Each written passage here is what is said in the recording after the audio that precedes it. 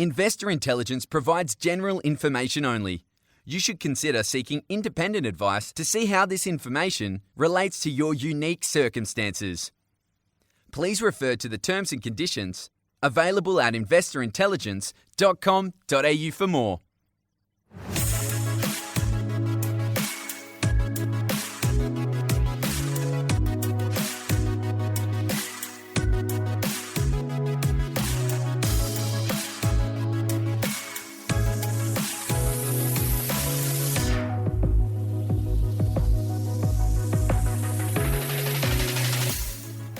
Welcome to this week's episode of Investor Intelligence, your weekly podcast on all things investment, hosted by me, Jacob Kearns.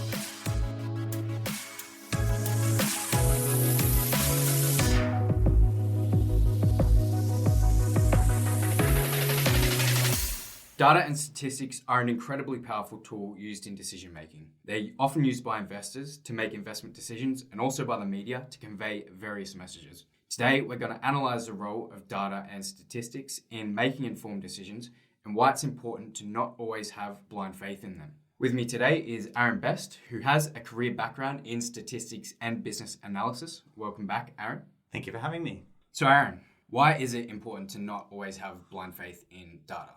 Well, stats are really important and stats are very powerful. And because stats are often represented as numbers and percentages, people will believe that they are correct 100% of the time.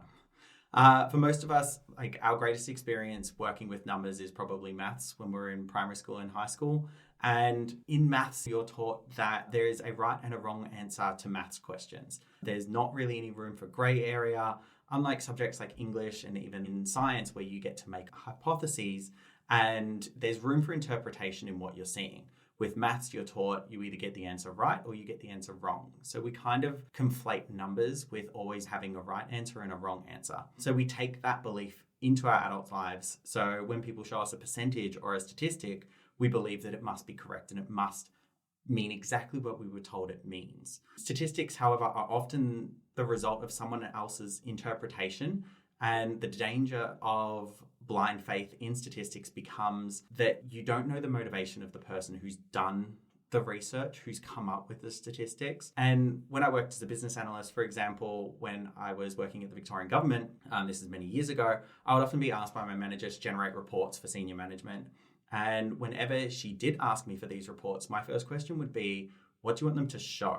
And I remember the first time I asked her, what do you want the reports to say? She seemed really confused because she just asked me for a report. And so I said to her, I'm like, well, we were part of the transcription firm and we recorded every hearing. We transcribed most of them and we distributed most of those transcripts. I could run a report on how many hearings we recorded, but that did not reflect the number of transcripts that we were producing. I could run a report on the number of transcripts that we produced, but that didn't really reflect the number of pages of text that we were generating each day.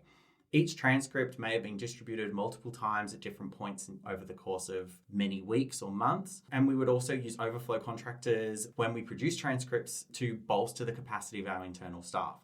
So if she needed a report that showed that we were busy, I might choose to use pages instead of number of transcripts. And if I wanted to show how much we were interacting with members of the court or external contractors or external agencies, then I might use the distribution data. So I would change what data I would use and what statistics I would come up with based on the story that I needed the data to tell, based on what she wanted to take through to senior management. Right. So it's not necessarily that the data or statistics are wrong, but it's who's presenting the data, why, and what motives they might have, or what story they're trying to tell, as you said. Yeah, exactly. And people will cherry pick the data that they want to use so that they can come up with statistics that suit their narrative. Okay, so what does this mean? To give you a public example, again, when I was working for the government, we were always nervous about newspapers making freedom of information requests, because that means that they would get any information they wanted out of the government that wasn't classified. And I remember there was one newspaper one year that decided that they wanted to know browsing history for the Victorian Public Service. So everything that the public servants were using the internet for. And the headline on the article came out with, public servants watch 25,000 hours of YouTube every day. And that sounds like a really big number. And the whole concept was kind of trying to make it about taxpayers should be upset that public servants are wasting taxpayer funds and time and that sort of thing. But then when you take that 25,000 hours and you break it down to the 350,000 public servants that are in Victoria, that's 4 minutes a day spent on YouTube. Right.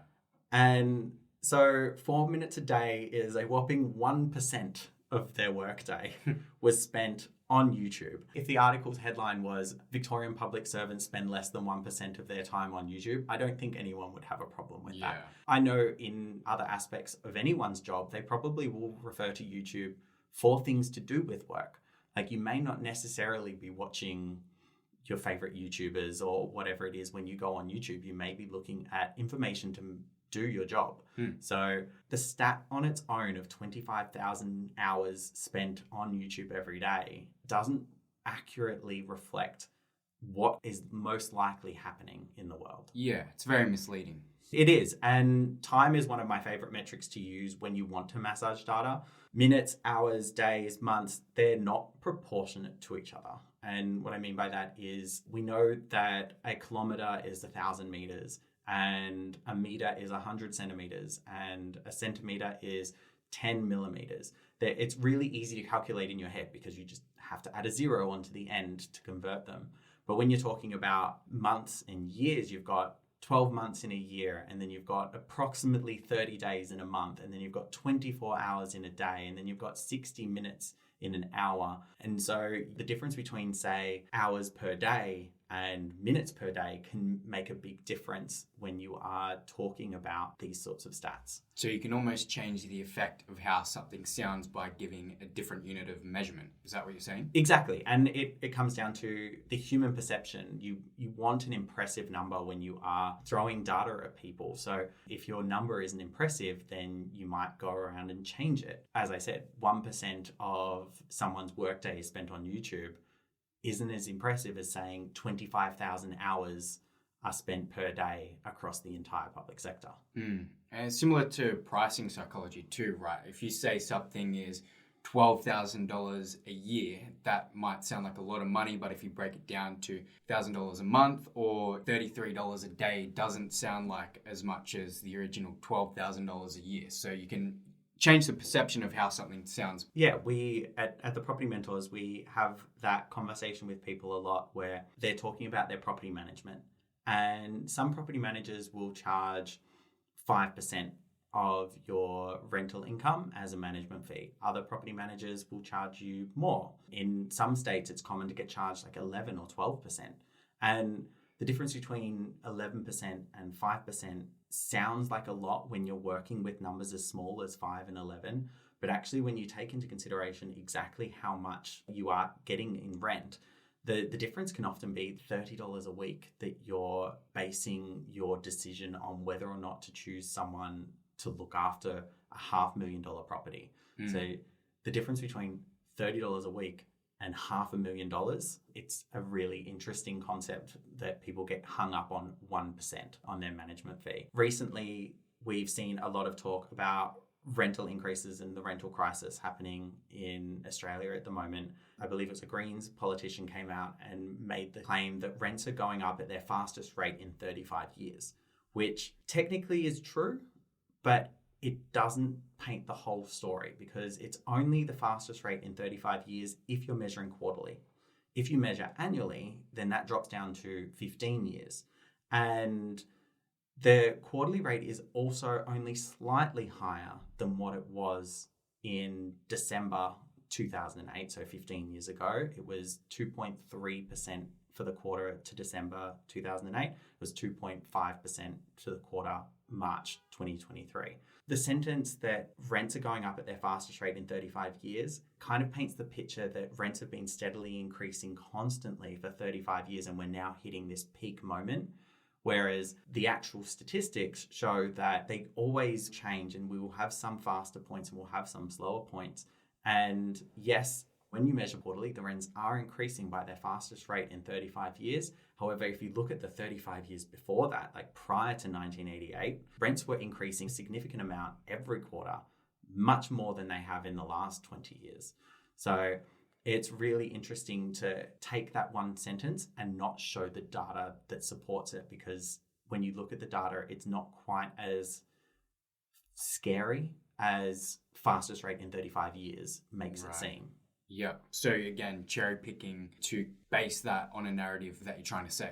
Yeah, exactly. And it's often something that you see with politicians. I know when I do see a politician particularly make a claim, any claim that involves statistics, my first impulse is to Google it. I want to know what the stat is and where the stat came from, because a slight change in wording can make a huge difference. Yeah, that's a good point. A really good example of that is talking about headlines in the media with property, how they sort of talk about median house pricing, and they take the median as opposed to the average because they can paint a picture of what they're trying to say. Realistically, so the statistical sort of standard of when you should use average versus when you should use median is based on whether you have a set of data that is skewed. So if your data is a perfect bell curve, then you can use average and it's generally a good representation of the data set. But if you do have a skewed set of data, then the median is more likely to represent the truth, which is why we use median house prices instead of average house prices. Because, as an example, if you've got a median house price of $500,000, then the prices that are less than $500,000 are only between 0 and 500,000. There's a limit of what could be less than that. But what could be greater than that could be 1 million, could be 1.5, could be 2, could be 3, could be 4 million. So because the upper end of that scale could be anywhere, if you started taking averages, a $5 million property would offset 10 $500,000 properties. Right. Whereas if you look at the median price, it takes the halfway point in the data. So if you're using 100 houses as the data set, then the median house price is the 50th house price. When we're talking about median house price, it represents how many properties less than that value are in the market. It doesn't represent the average price of property, it just represents properties less than that value is equal to the number of properties that are more than that value. It doesn't actually reflect necessarily exactly what pricing is likely to do. And you're right, there are lots of different factors that can be taken into account when you're talking about property house prices. And a slight drop in median house price doesn't necessarily mean that houses are worth less.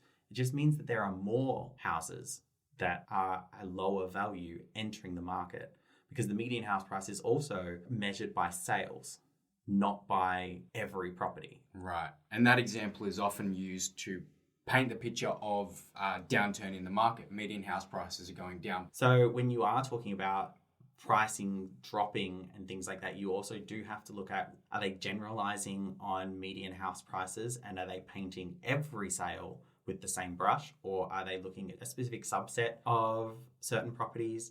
I've heard discussed on the podcast before the difference that property types and suburbs can make. Is the value of apartments increasing in a certain suburb while the value of houses is decreasing? And at the moment, the Australian property market is rebounding quite strongly, and we're seeing that Melbourne prices are increasing, but that doesn't mean that you should expect every single property to show an increase in value. So a lot of investors are looking at data and statistics when making investment decisions. What should they be doing or thinking about to make sure they've got the whole picture? Well, you don't necessarily have to be skeptical of information that you see. If it seems too good to be true, it probably is. Feel free to be skeptical of that.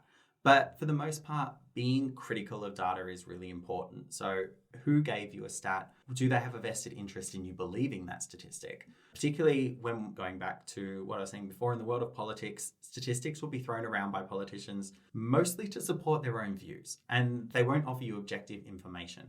They won't go, oh, well, on the opposite side of the coin, it's worth also being aware of this. They'll literally just tell you the piece of information that is most important to get their message across and get you on side with them. So taking that information and looking into it yourself can be really helpful. You don't have to be a statistician. You don't have to be a business analyst to be able to look into those things. A lot of news agencies will publish their own fact checks.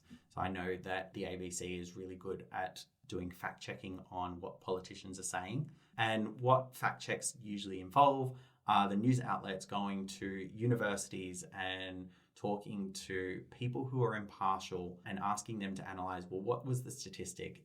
Is the statistic a valid statistic? Or should people be considering it in conjunction with other pieces of information?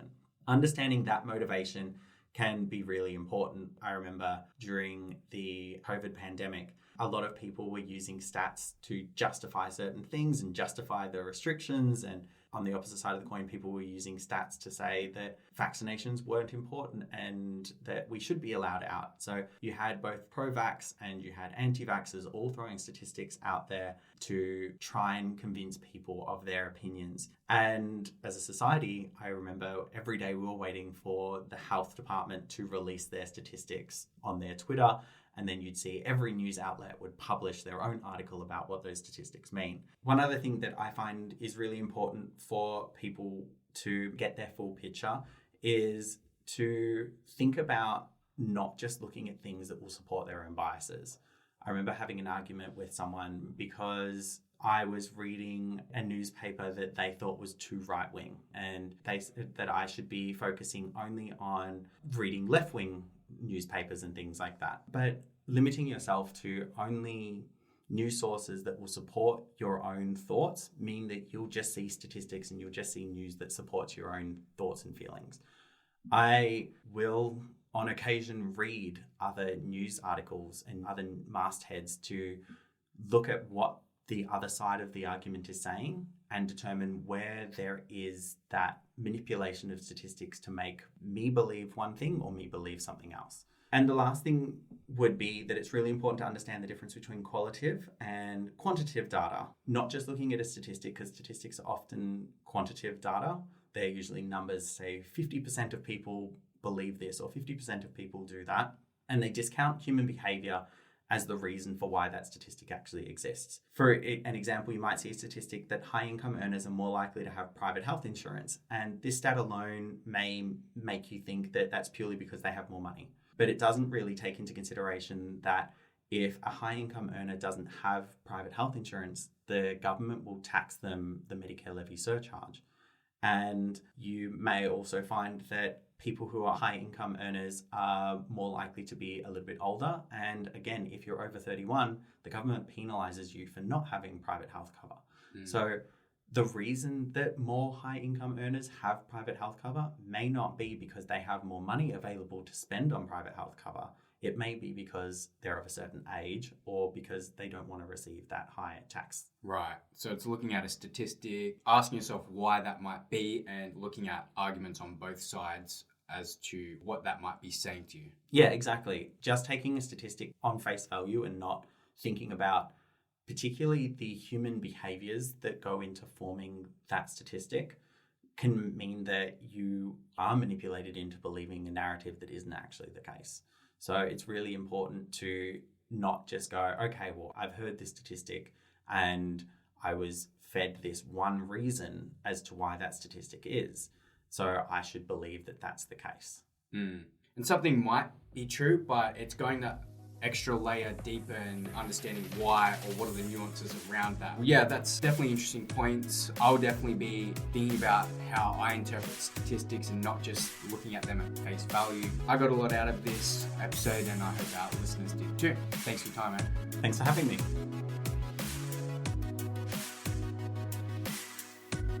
If you found this episode or any of our episodes helpful, please make sure to share and leave a rating to help us reach more people on their investing journeys. And of course, subscribe to be notified when new episodes drop. Make sure to follow the podcast on Instagram at Investor Intelligence Podcast. You can find links to our other socials in the show notes, including a link to the Property Mentors weekly blog. If you're ready to get your property portfolio in shape for financial freedom, check out Luke's latest book, Property Fit. You can get yourself a copy at www.propertyfitbook.com.au.